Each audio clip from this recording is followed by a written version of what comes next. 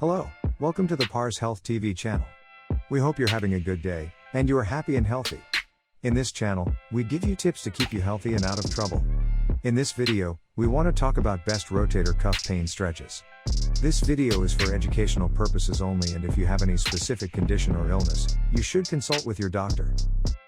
Rotator cuff stretches are important for the flexibility and range of motion of the shoulder, chest, and upper back muscles. Good rotator cuff flexibility allows for unrestricted, pain-free movement of the shoulder and arm. What is a rotator cuff injury? As sports fans and athletes alike know, shoulder injuries are serious business. They can be extremely painful, limiting, and slow to heal. A rotator cuff is a group of 4 muscles that stabilize the shoulder and allow it to move. You should visualize the head of the arm bone as a golf ball, and the area of the shoulder blade as a golf tee. The rotator cuff serves as a sleeve that enables the ball to spin and roll while remaining on the tee. Sports that benefit from rotator cuff stretches. Sports that benefit from the rotator cuff stretches in this video, including basketball, netball, baseball, softball, cricket, and golf. Boxing, martial arts, wrestling, gymnastics, swimming, lacrosse, archery, rock climbing, rowing, volleyball, 10-pin bowling, and water polo. Racket sports like tennis, squash, badminton, and table tennis also benefit from regular shoulder stretching. And any other sport or activity that involves a catching or throwing movement. The most common rotator cuff injuries are impingements and tears. Impingement. An impingement occurs when a rotator cuff muscle swells and cramps the space between the arm and shoulder bones, causing pinching. Muscle strain, other overuse injuries, and bone spurs are common causes of swelling. Tear, a less common injury. A rotator cuff tear occurs when a rotator cuff tendon or muscle is torn. Most tears will not require surgery. Repetitive, overhead motions can wear down the rotator cuff muscles and are thus a common cause of injury. This is why athletes such as baseball pitchers frequently have shoulder issues. A traumatic injury, such as falling onto your arm, can also cause injury.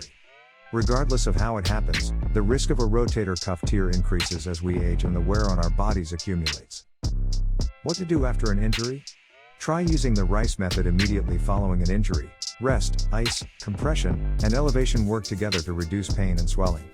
Once the swelling has gone down and your arm is no longer painful to move, certain exercises can help you heal and prevent issues such as frozen shoulder or loss of range of motion. Rotator cuff stretching safety guidelines. As with any activity, there are guidelines to ensure that it is safe. Stretching is no exception. Stretching can be harmful and cause damage if done incorrectly. The following guidelines must be adhered to, both for safety and for getting the most out of the stretches in this video. Breathe. Don't hold your breath. Holding your breath can cause tension in your muscles. Breathe deeply and stay relaxed while stretching. Never force a stretch beyond the point of mild discomfort. Stretch only to the point of tension and hold the stretch there. You should never feel any sharp or intense pain. If you do, stop immediately. Be consistent. Stretching for a few minutes each day will gradually build flexibility and range of motion. This is better than stretching only once a week for a longer time. Wear loose, comfortable clothing. It's very difficult to stretch if your clothes are tight and restrict movement. If you like topics like this, make sure to subscribe to our channel to see daily videos just like this one. Alright, let's get started. If you are comfortable adding weights to these exercises, try using a light dumbbell or resistance band for repetitions. If you do not have a light dumbbell, try using a can of soup. 1. Doorway stretch. Warm up your muscles by standing in an open doorway and spreading your arms out to the side. Grip the sides of the doorway with each hand at or below shoulder height, and lean forward through the doorway until you feel a slight stretch. Keep a straight back as you lean and shift your weight onto your toes. You should feel a stretch in the front of your shoulder. Do not overstretch. 2. Side lying external rotation. Lie down on the side opposite your injured arm. Bend the elbow of your injured arm to 90 degrees and rest the elbow on your side. Your forearm should rest across your abdomen. Hold a light dumbbell in the injured side's hand and, keeping your elbow against your side, slowly raise the dumbbell toward the ceiling.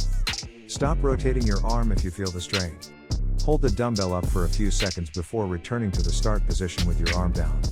Repeat 3 sets of 10 up to 3 times per day. Increase reps to 20 when a set of 10 becomes easy. 3. High to low rows. Attach a resistance band to something sturdy at or above shoulder height. Be sure it is secure so it doesn't come to loose when you pull on it. Get down on one knee so the knee opposite your injured arm is raised. Your body and lowered knee should be aligned. Rest your other hand on your raised knee. Holding the band securely with your arm outstretched, pull your elbow toward your body. Keep your back straight and squeeze your shoulder blades together and down as you pull. Your body should not move or twist with your arm. Return to start and repeat 3 sets of 10. 4. Reverse fly. Stand with your feet shoulder width apart and your knees slightly bent. Keep your back straight and bend forward slightly at the waist. With light weights in each hand, extend your arms and raise them away from your body. Do not lock your elbow. Squeeze your shoulder blades together as you do so. Do not raise your arms above shoulder height. Return to start and repeat 3 sets of 10. 5. Lawnmower pull. Stand with your feet shoulder width apart. Place one end of a resistance band under the foot opposite your injured arm. Hold the other end with the injured arm, so the band goes diagonally across your body. Keeping your other hand on your hip and without locking your knees, bend slightly at the waist so the hand holding the band is parallel to the opposite knee. As if starting a lawnmower in slow motion, straighten upright while pulling your elbow across the body to your outside ribs. Keep your shoulders relaxed and squeeze your shoulder blades together as you stand. Repeat 3 sets of 10. 6. Arm reach. To do arm reach, a person should do the following: lie flat on the back, extend the arms and legs, and engage the abdominal muscles. Reach one arm toward the ceiling, lifting it until the shoulder blade comes off the floor. Hold for 5 seconds. Return arm to the floor. Repeat on the other side.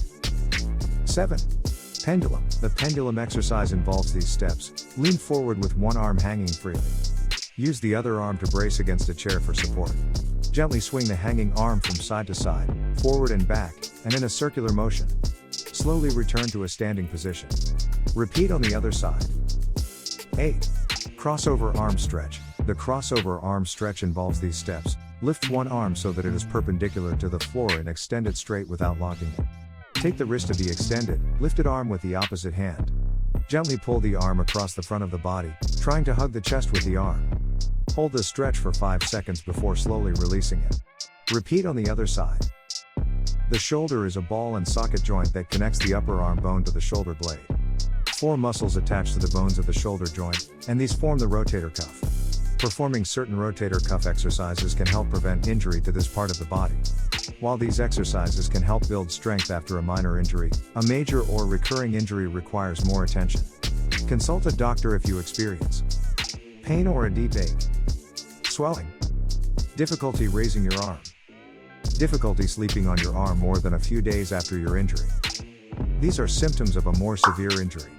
If you are interested in videos like this, make sure to like this video and subscribe to our channel. We hope you have a wonderful day.